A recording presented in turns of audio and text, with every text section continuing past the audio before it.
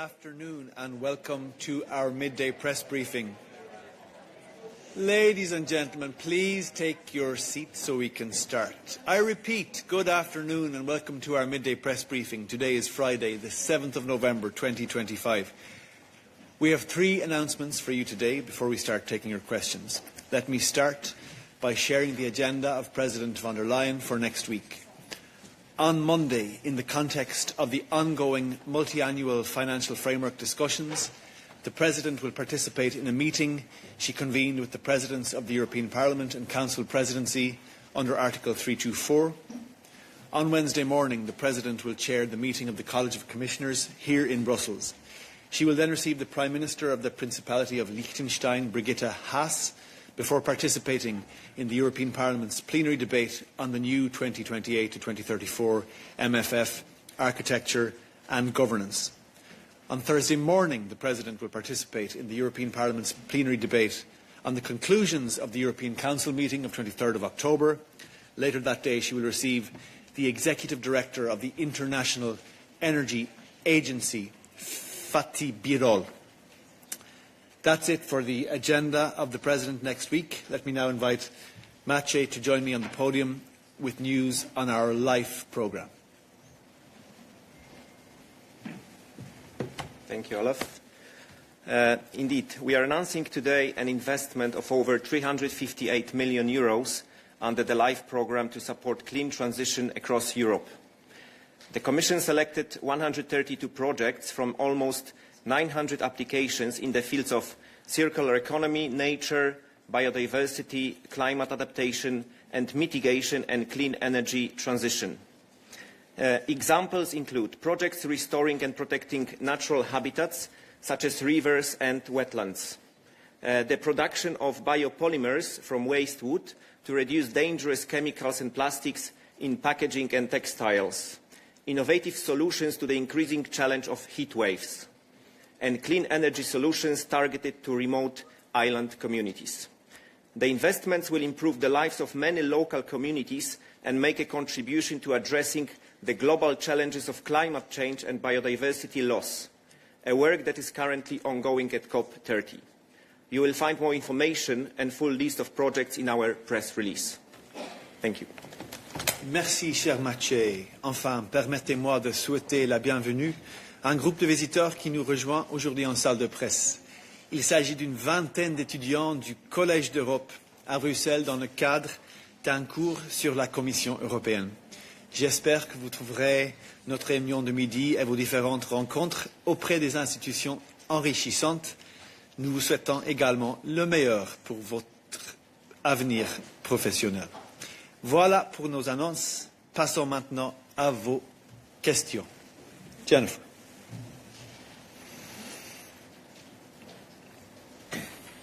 Okay.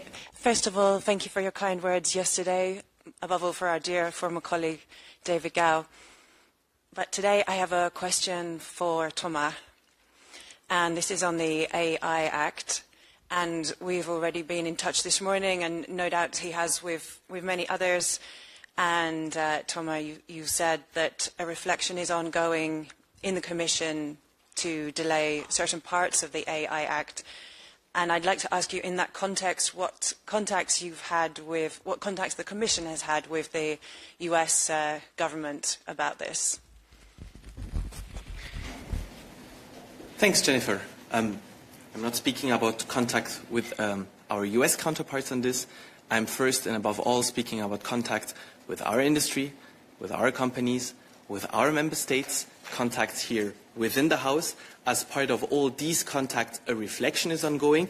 Again, we have, of course, the sovereign right to legislate in our digital area. We said it several times from this podium. This also applies to the AI Act. We said that, of course, certain things are happening in the AI sector. Standards are late.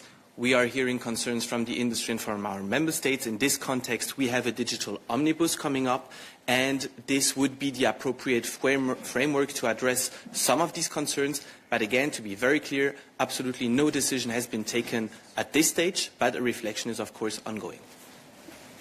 Merci, Thomas. Follow up, Jennifer. Yes, if I may follow up, I appreciate you've had many consultations with many people. Are you able to give any details on particular meetings with US officials? And then a broader question on the digital omnibus, as has been an issue before with previous omnibuses, if that's the word.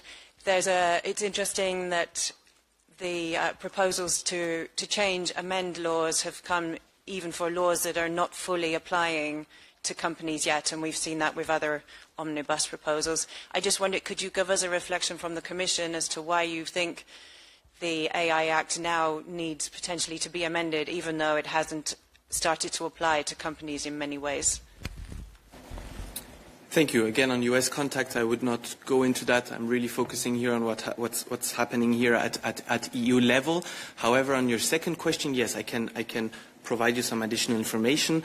I mean, the AI Act was adopted. It's the result of a democratic process where the Commission has put forward a proposal. It was adopted by our co-legislators following a historic trilogue of more than 30 hours, the last one, to get there. So we have a piece of legislation. The objective, as with previous omnibuses, is not to reopen the legislation, that this is a result of a democratic process. The possibility that we have with the omnibus and what we did with previous omnibuses is to listen to concerns of our industry, to follow up on the different actions that we have taken since the beginning of the mandate to reduce administrative burden that is falling on our companies and on our startups and SMEs. And this is precisely in this context that a reflection is ongoing. So, of course, the objective is not to reopen the legislation. The objective is to think about how we can make the life of our companies easier. Merci, Thomas. Other questions for Thomas on this topic? I see some hands raised. David, do you want to come in first? Go ahead. David Carretta, Radio Radicale. Thomas, apologies if I insist, but did you have contacts with the US official on these issues? Thank you.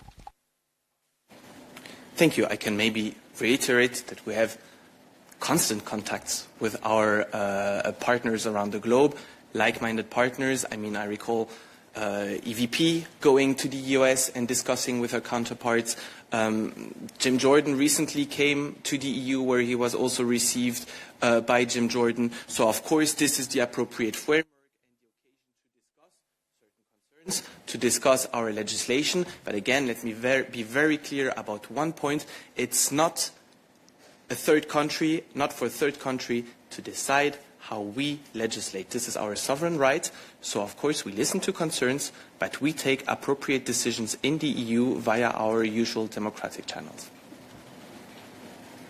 Any other questions for Thomas on this topic in the room? No, I have a few hands online. Bjarke, you're top of my list. Is this a question for Thomas on this topic? No. Okay, thanks, Bjarke. We'll come back to you. Johannes. Yes. Hi, Thomas. You said that a decision has not been taken, but the Financial Times story says the same. It just says Brussels is set to water down parts of the AI Act. Decision is to be taken on November 19. So can you confirm whether that is true or not?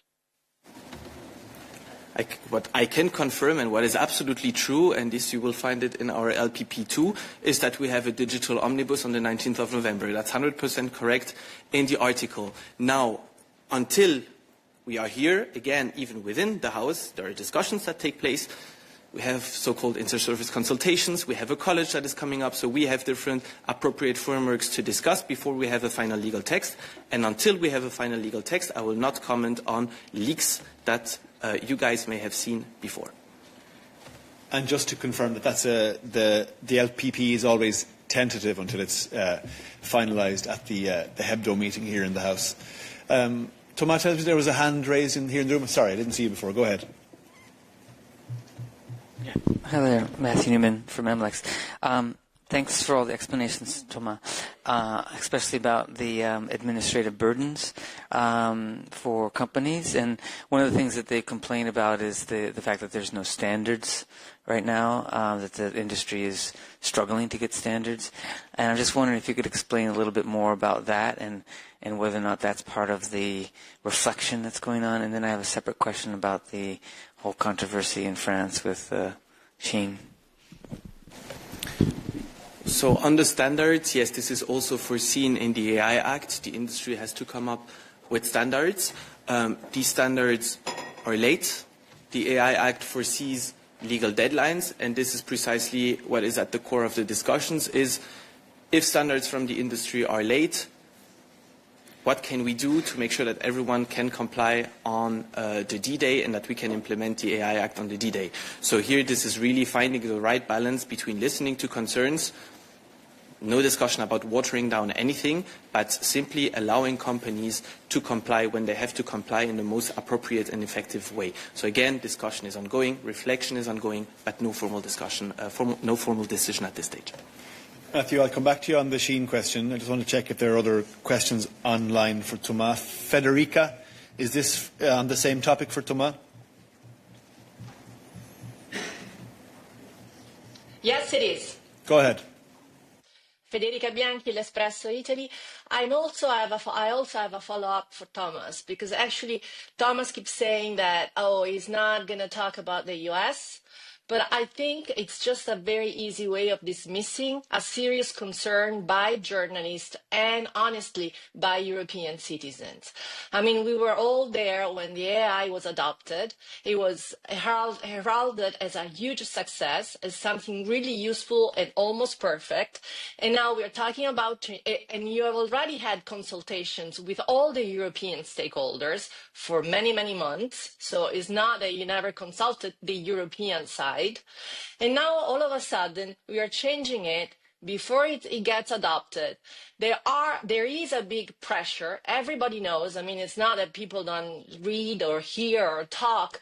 Everybody knows there is a huge influence from the US.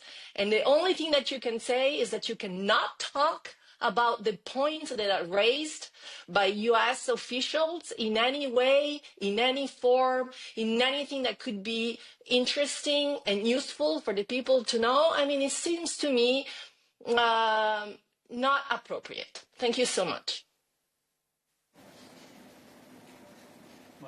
Federica, thank you for your question, if indeed it was a question. I think it was more of a statement than a question.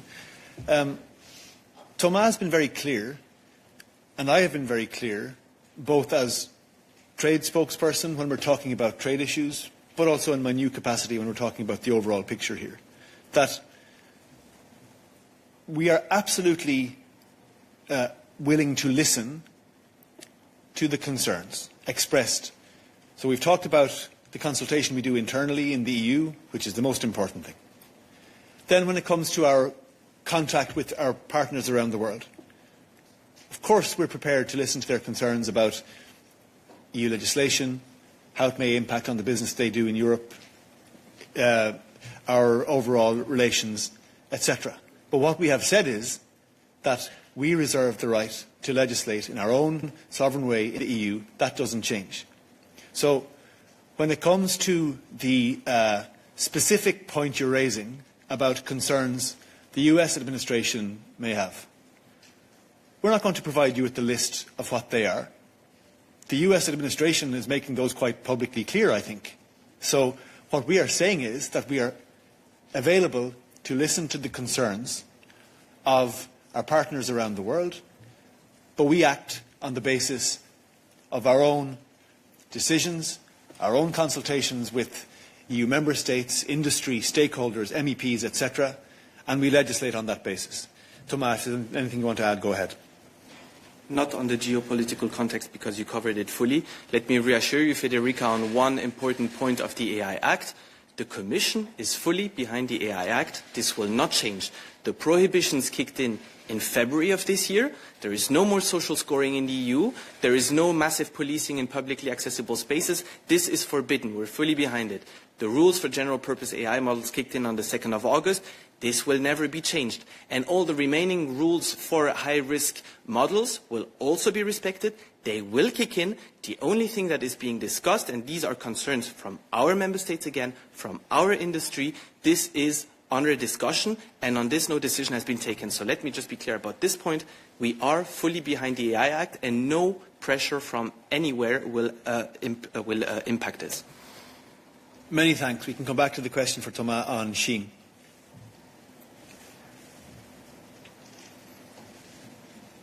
Thanks again. Just on the latest developments, I mean, we know there's been some various meetings, contacts with the French authorities. There was a meeting last night between the executive VP, more meetings scheduled. Just if you can give an overview of where we are now with the criminal investigation in France and what role there could be for the Commission under the DSA, if there is such a role.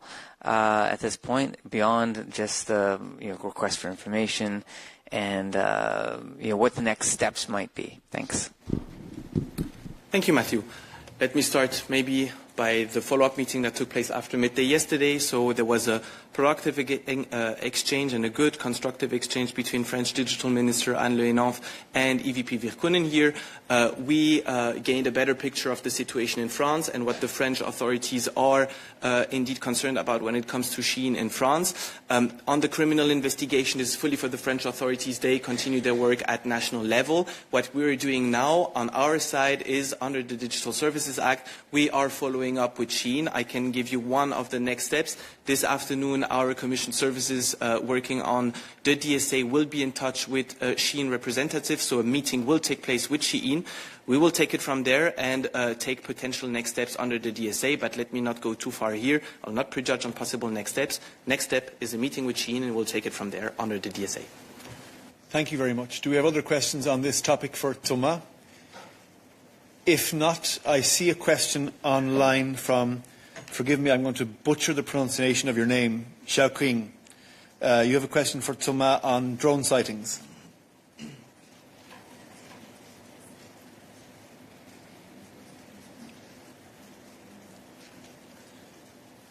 Xiaoqing, can you please connect your microphone and video to ask your question? Yes. You understand? Yes, go ahead. Yes, on the recent drone incursions, some member states, including Belgium, have seen the incursion of drone these days. The Belgian defense minister called them a coordinated attack and suggested that Russia could be the culprit. So also Sweden reported drone disruptions at airport these days. But Moscow has denied its involvement. So my question is, does the Commission receive any hard and concrete evidence from Belgium, and are the member states attributing this instance to Russia? And what immediate EU-level steps are being taken to prevent further incidents? Thank you.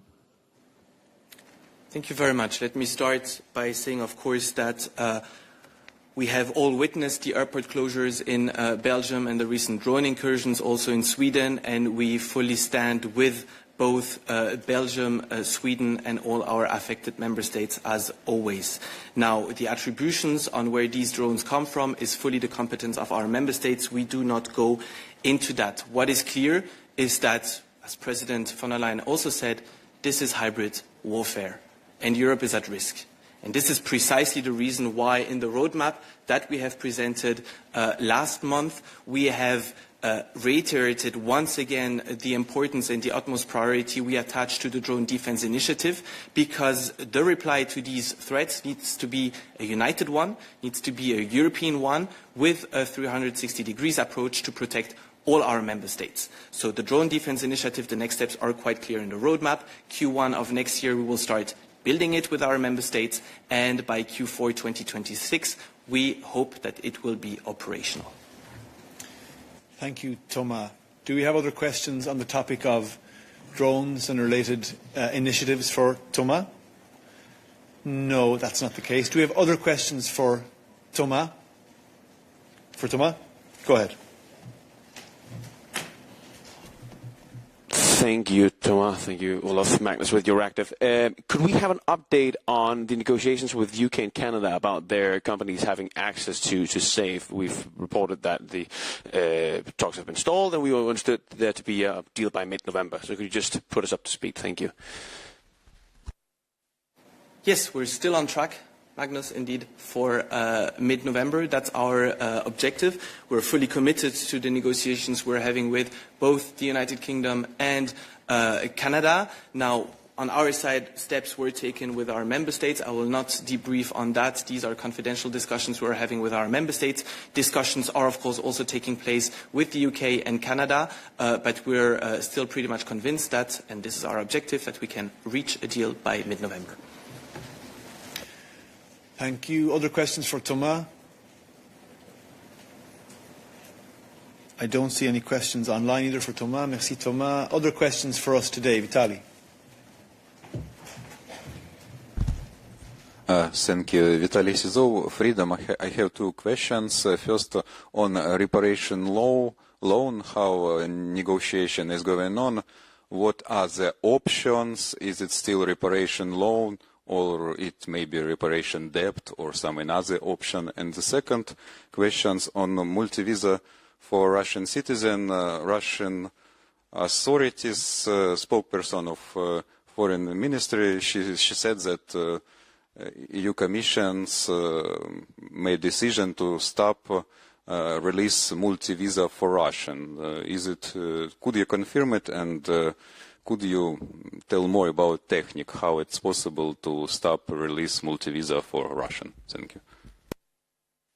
Thanks, Vitaly. We don't have any update to provide on the ongoing work for the reparation loan, alternatives, options, etc., to provide at this time. So I'm seeing the question from you here, Bjarke. It's going to be the same. I'll come back to you if there's a new angle to it you wish to ask, but we don't have any update to provide at this time. And on the second question, I'll call Marcus to the podium now to reply.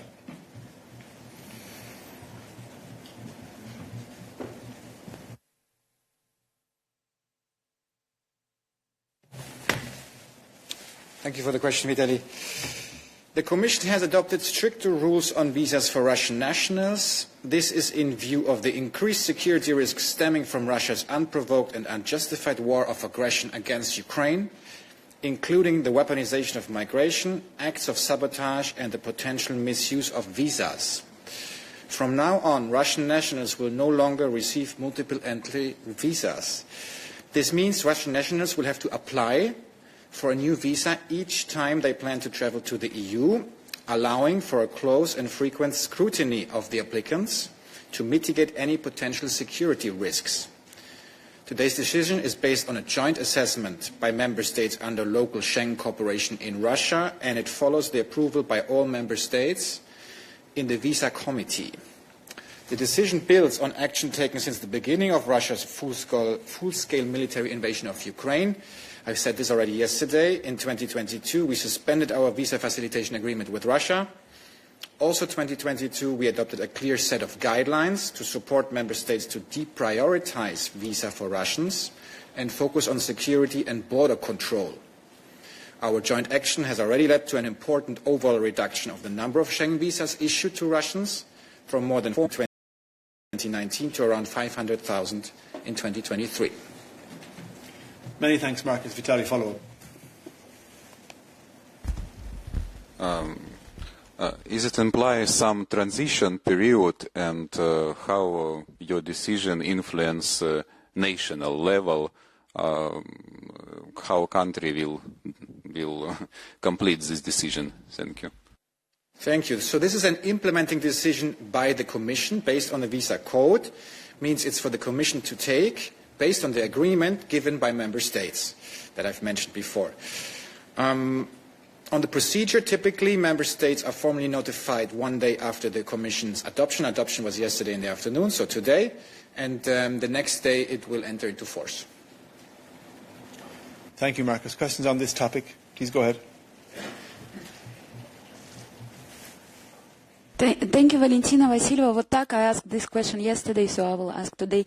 Why exactly now you decided to implement this measure when since 2022 it's war? Why exactly now? And do you actually believe that it can change something? Thank you. I think I've already replied to this question in my statement at the beginning. So this is in view of the increased security risks stemming from Russia's unprovoked and unjustified war, including weaponization of migration, acts of sabotage, and the potential misuse of visas. And as I said, it builds on action taken since this beginning of the war. This is an additional action. It's part of our overall action to reduce visa issuance for Russian citizens. Thank you, Marcus. Other questions on this topic? Go ahead. Yes, Jarno Hartikainen, Helsingin Sanomat. Thank you for the floor. We know that during the preparations, early preparations of the 19 sanctions package, the Commission floated the idea of a visa ban for Russian nationals, but this idea was then dropped out from the final package. Could you maybe explain your approach? Do you maybe still hope to proceed with the idea of actual visa ban later on, or is that now off the table and this visa rules, these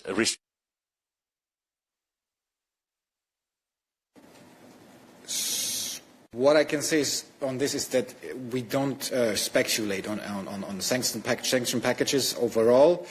This is not about a visa ban. What I'm saying today is about multiple entry visa. That means single entry visa remains possible. There's stronger scrutiny, but I'm not going to speculate about any future actions. Thank you, Marcus. Other questions on this topic? Go ahead. Hi, Camille Condessu from AFP.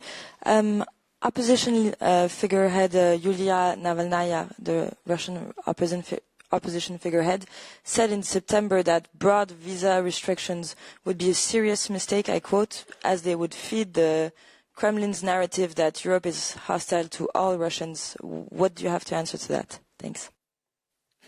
Thank you. The new rules severely restrict the issuance of multiple entry visa to Russian applicants. That being said, certain limited exceptions remain. These include, for example, close family members of Russian citizens residing in the EU and family members of EU citizens. They can have multiple entry visas valid for up to 1 year. Transport workers can have still be issued such visa for up to 9 months. And exceptionally, in justified cases, member states can also still issue multiple entry visas to persons whose reliability and integrity is without doubt. This includes dissidents, independent journalists, human rights defenders, and representatives of civil society organizations. Thank you, Marcus. Do we have any last questions on this topic? David? Yes, thank you, David Carretta, Radio Radicale. Marcus, I'm wondering, I would like to ask you if this decision is retroactive. What will happen to Russia that has already a multi-entry visa, and if you have an estimate of how many of them are? Thank you. It's not retroactive. It applies for new applications. I don't have the figures. We can look into figures and come back to you if any such figures are available, David. Okay, I think we've exhausted this topic now. Do we have other questions for Marcus? Let me come back, Matthew. Just let me see if there's anything online, because we had your question from you already. Go ahead, Matthew.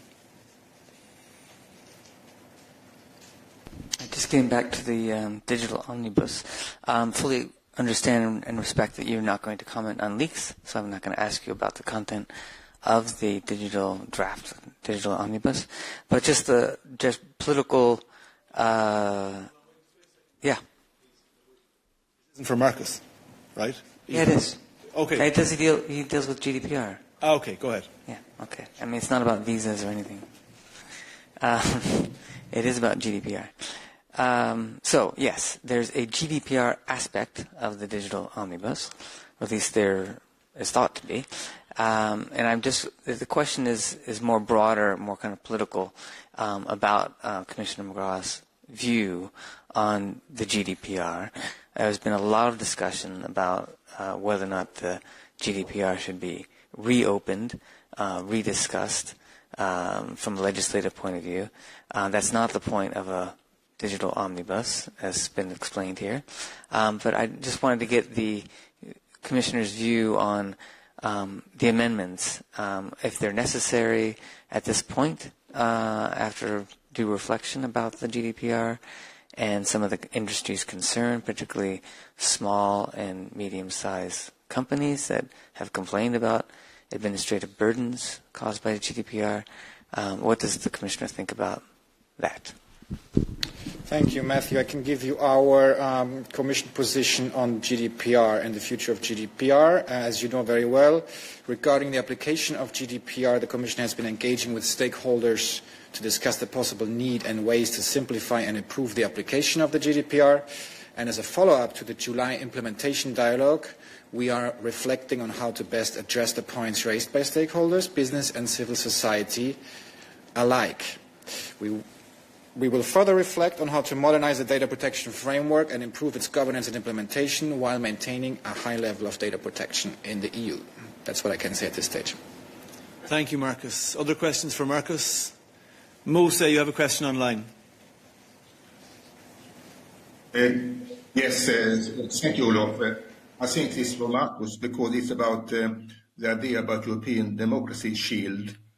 It was mentioned by Enlargement Commissioner Marta Kroes this week when she presented the enlargement package.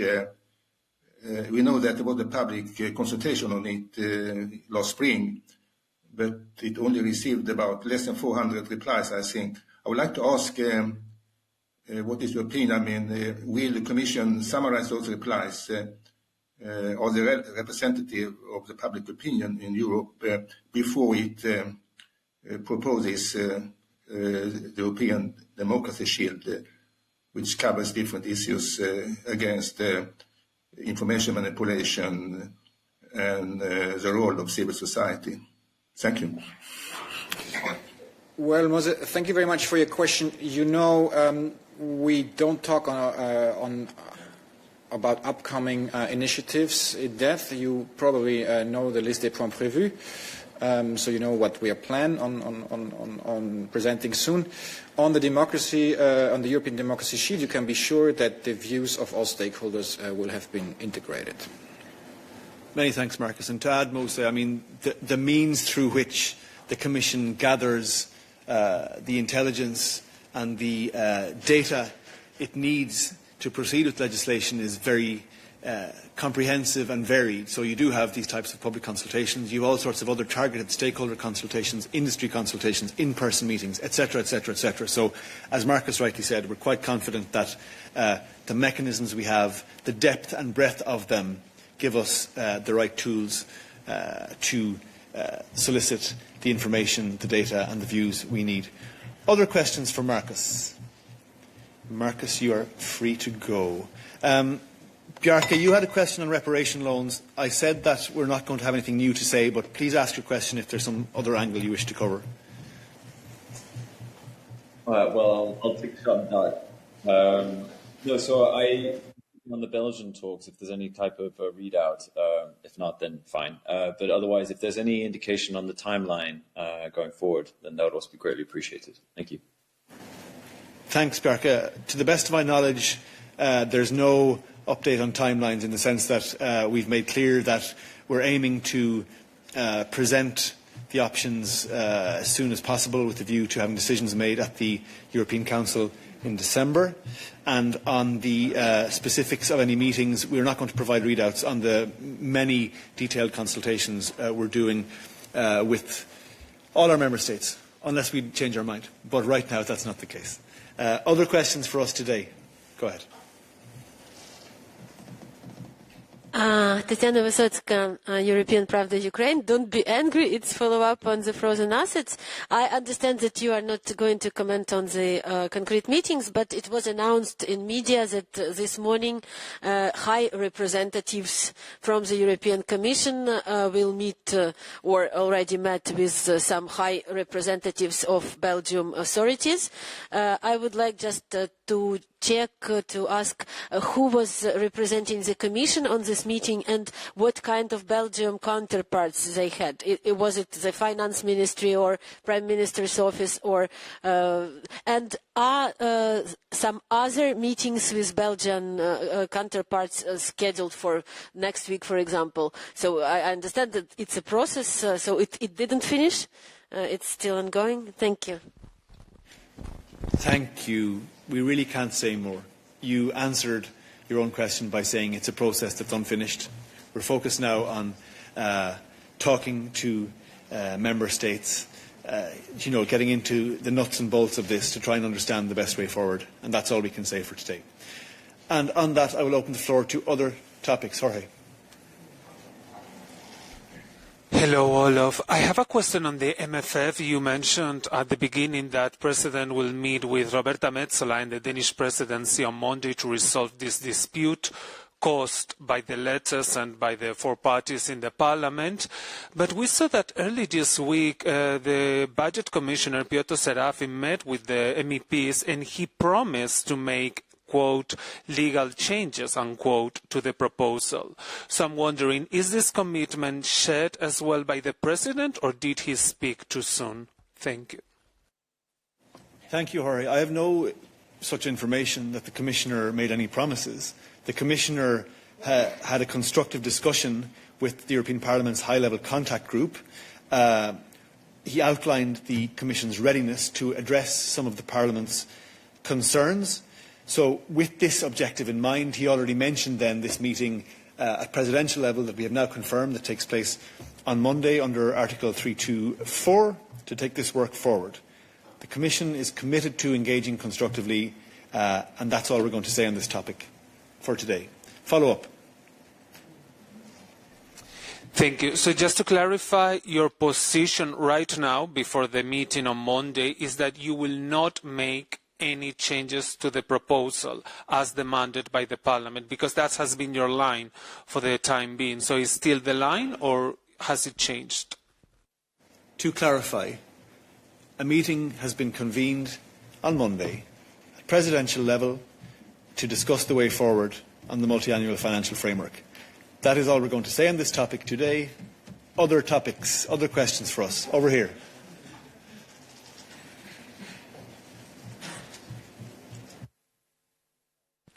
Thank you, Martin Anton for AFP. President von der Leyen is still in Belém. I wanted to inquire whether the EU will participate in Brazilian President Lula's Tropical Forest Forever Facility, TFFF, and if so, to what extent will President von der Leyen have a message for President Lula while she is in Belém on that topic? Forgive me, I don't have that information to hand. If the information comes to me in the next few minutes, I'll let you know. Eva has it? Wonderful. Eva is going to come up and give you the answer that I didn't have.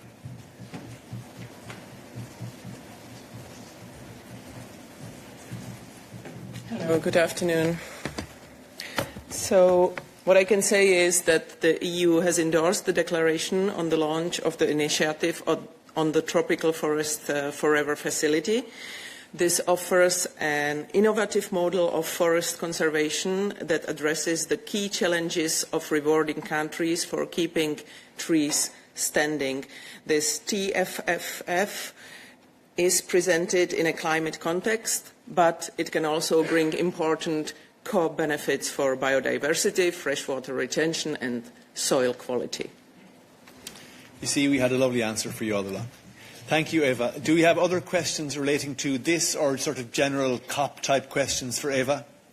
Jarno? Yes, thank you. Not on COP, but on forests, if I may. So on the deforestation regulation. Jarno, just to stop for a second, that's not for Eva, that'll be for Maciej, so we'll come back to that. Other questions for Eva can be related to the COP or the other many files she covers. I don't see hands in the room. Nuruddin, you've been waiting very patiently. Go ahead. Good morning. You have from Sudan. You will not mind Eva. Could you help me there is Diku. Yeah, Nordine, we can hear you. Go ahead. Okay. But do you have a kind of assessment that you can help us to understand what's going on the ground in the region of Al Fasher, and therefore about if you have figures of the refugees moving in, and also what can you tell us about the work of the humanitarian NGOs? Can they operate on the ground? Which difficulties they have, etc. Thank you very much. Thank you, Nuruddin. This is a very heavy topic because Sudan experiences one of the worst humanitarian crises in the world. Hospitals are bombed, civilians are living under siege, they are hunted, and aid is blocked. Al Fasher is not accessible for the humanitarian workers, if you ask about it. And I can even say that Al Fasher has become a graveyard of humanity. We condemn the atrocities in Sudan in the clearest possible terms. Starvation and mass killings cannot be used as weapons of the war because it's against the international humanitarian law. We urge all the warring parties to resume negotiations to urgently achieve a permanent ceasefire. We stand ready to support these negotiations and the permanent ceasefire and its implementation, and we call for immediate, safe and unimpeded humanitarian access. We don't look aside, we stand with people in Sudan, and we have allocated 270 million this year, which is, together with the member states, we are the largest humanitarian donor for this severe humanitarian crisis.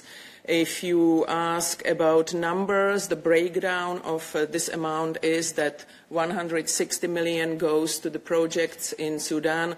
Obviously, given the climate condition, given the severe conditions, people need basic needs, food, water, medical assistance, psychological help, etc. 110 million goes to projects in neighboring countries because many people flee to Chad, but also other countries around. We also know that Al Fasher is now basically blocked for humanitarian workers, but our international partners, UN partners, they work in areas that are around. People flee mainly to areas of Tavila, Kutum and Melit, and this is where our partners are on the ground and try to do what is possible. This is basically what we know about the situation. I'm going to call on Anwar to come up just to complement, because there are some dimensions that he will answer. If you don't mind waiting, Eva, then we'll come back and see if there are other answers on this. Thanks. Yes, thank you. Thank you, Olaf. To complement what my colleague Eva said on the humanitarian front, just to recall again that we strongly condemn these atrocities and any attack targeted against civilians and civilian infrastructure.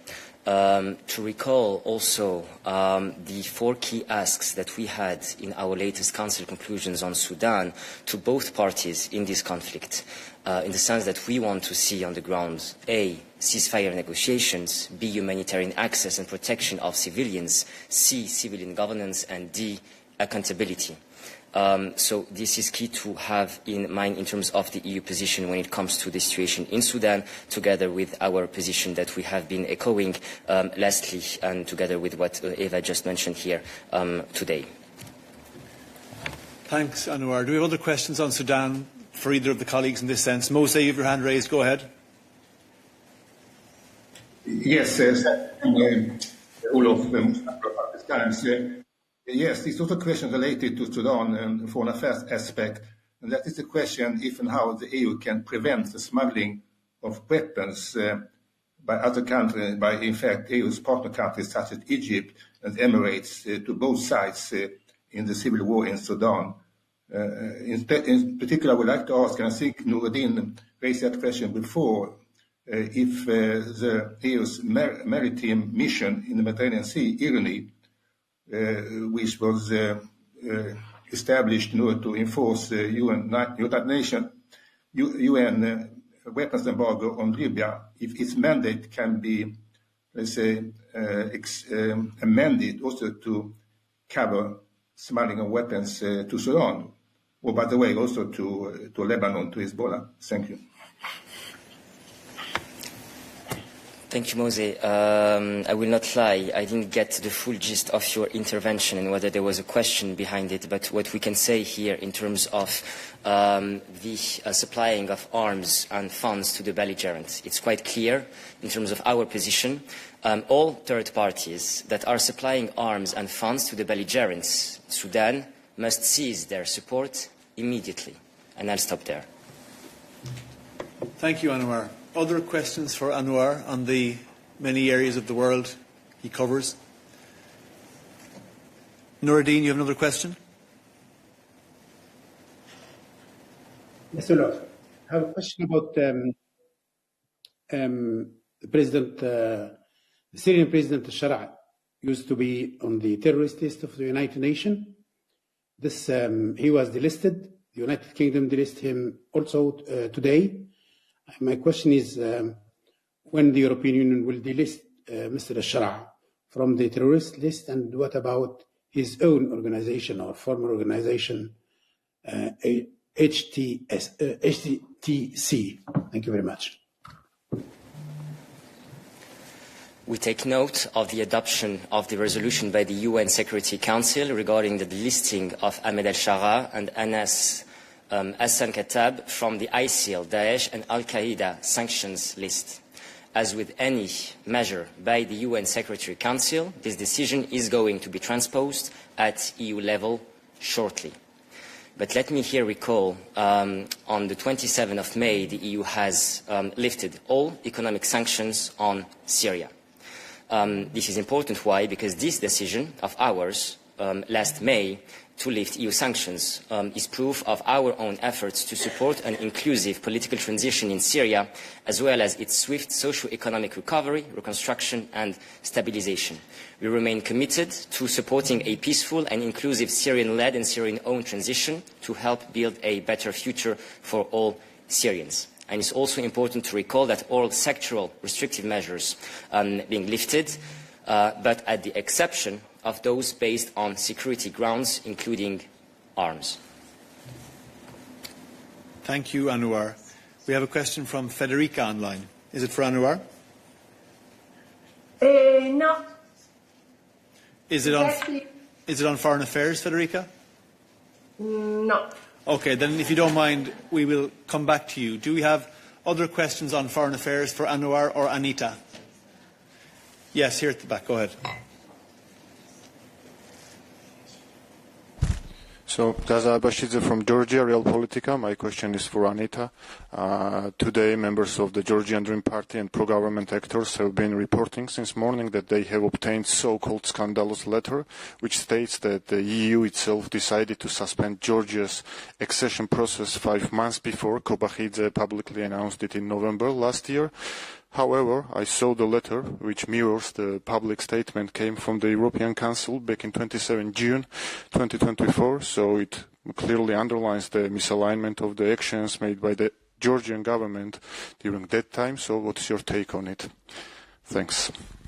Thank you very much. So what we see is another attempt to derail the attention from the facts. And we're now used by now with this information propaganda by the authorities. So let's just get the facts straight. And you, as a very serious journalist, you already have done your job and you have cross-checked and fact-checked the information, which is indeed correct.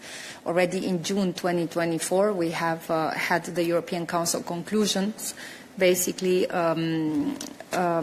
reiterating once more the democratic backsliding and also ensuring that we have a first wake-up call to the Georgian authorities to reverse their course. We had in place the same Georgian Dream government. We have had a majority of the same party in the parliament throughout. And instead of having a reversal of these destructive actions for the democracy, we have only seen how these actions intensify in terms of making sure that the opposition is oppressed, that the journalists are being jailed, and peaceful protesters are attacked. So as a matter of fact, we had the June 2024 European Council conclusion. We have had them also in October, in December 2024. And now what we have seen just this week with the enlargement report, the result of all these actions is that Georgia is now a candidate country, just in name. Many thanks, Anita. Do we have other questions for Anita? I don't see hands raised or online. I'm going to come back to Federica. Yes, hi. I'd ask if there is any update on the Vaheli spying saga from the commissions on the any updates. It's been 3 weeks. Thank you. Thanks, Federica. We don't have any update to provide at this time. Other questions for us today, Magnus? Yeah, forgive me for I was not quick enough when Marcus was on the podium, but it's a question concerning Slovakia. The Slovakian PM Fico said that they're dealing with the Commission proceedings regarding amendments to the Slovak constitution. And so my question is, has the Commission formally initiated infringement proceedings, or are these just sort of informal talks? Thank you. This is a question for Marcus, so I'll call him back to the podium.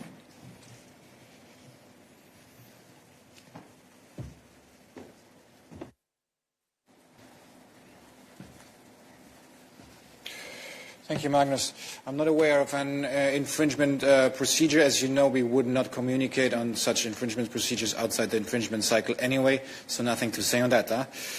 You know, we've already communicated our position on the recent amendments to the Slovak constitution. We've engaging in an intensive dialogue with the Slovak authorities on this matter. We have notably expressed concerns in relation to how the proposed changes to Article 7 of the constitution relate to EU law. And let me recall again, EU law has primacy over national law, including national constitutional provisions. This is what I can say on this. Thank you, Marcus. Any other questions for Marcus as he's back on the podium? Is it for Marcus? Yeah. Go ahead. Yes, thank you. Beatrice Braunschweig for Deutsche Welle. I would quickly come back to the visa issue in Russia. Have you been disappointed that some member states have continued to issue visa quite liberally to Russian citizens? Thank you very much for the question.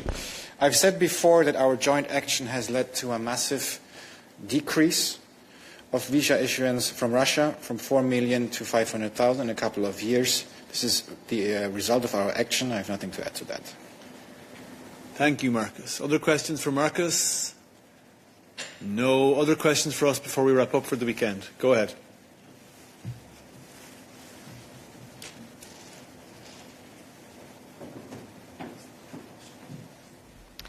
Любовь Пронина, Bloomberg News. Thank you very much. I have a question about Nexperia. We had a story earlier this morning that Dutch government is poised to drop its control of Nexperia, and at the same time the company also lifted its chip ban. So the question, could you please comment about this, and are you in contact with the Chinese authorities about this topic? Thank you. Thank you, dear Lyubov. Yes, we are in contact with the Chinese authorities on this topic. We have been in constant constructive engagement with the Chinese authorities and Dutch authorities throughout this process. So this high level of trilateral engagement has been vital for, as we now see, a start to de-escalating the situation and avoiding any imminent crisis. So you referred to the suspension of the ministerial order in the Netherlands. We welcome that as a positive step. Now what we need to see is evidence of the restoration of flows of chips from China to European industry. So we're going to be engaging on that basis. We need to see evidence of that as the next logical step in unblocking this situation. Engagement will continue, including, I'm told, at senior official level today. So that's what I can say for now. Commissioner Šefčovič is in touch with his counterparts. We remain in this constructive trilateral dialogue with China and the Netherlands to try to continue to unblock the situation. Other questions on this topic? Other questions for Olaf? No. Last question for the week, Jonna. Yes, coming back to my deforestation question. So this week at the environmental ministers' meeting there was a discussion on the subject, and I believe widespread criticism towards the Commission's proposal. And there was also support for the idea of postponement of the legislation by 1 year. I would like to know the Commission proposal on this. The Commission position on this. Do you stick with your now most recent position that the postponement of the entry into force is not necessary, but the changes in the content plus the 6 months grace period is enough in this situation? Thank you. Thank you for your question. Indeed, there was an Environmental Council meeting earlier this week. Commissioner Oswald participated in the meeting and reiterated the Commission position and the proposal, and presented the Commission proposal that was put forward 2 weeks ago. Indeed, in an initial letter which was sent by Commissioner Oswald back in September, I think, we were considering a delay in the entry into application of this legislation by 1 year. But then when we looked how to address the IT capacity issue, the problem that we identified earlier, we found a solution that doesn't require such a delay. So basically what we are proposing, as you know, is a delay in the entry of the application of this regulation by half a year, so until the end of the next year for small and micro companies, and the entry of the application of the regulation for big and medium operators would remain the end of this year with a grace period of 6 months. So basically during the 6 months of the next year, the first 6 months of the next year, they would still have to apply this regulation, but it would not be enforced by national authorities. This is our proposal. This is what we put forward to co-legislators, and this is what was indeed discussed in the Council last Wednesday. And we are inviting co-legislators to adopt this proposal swiftly so that the regulation in the new form can be applied from the end of this year. Follow-up. So just to clarify, you don't see the need for postponement of entry into force, going beyond that 6 months grace period? I can only repeat that we are proposing to delay the entry of the application of this regulation by 6 months compared to our previous proposal for small and micro companies. They would need to start applying the regulation at the end of 2026, and medium and large operators would apply the regulation from the end of this year with a grace period of 6 months. This is what we are proposing, and we stick to this proposal, inviting co-legislators to adopt it as soon as possible, and in any case before the end of the year. Thank you, dear Maciej. And on that note, we will draw today's midday press briefing to a close. Thank you, as always, for your participation, and we wish you a good weekend.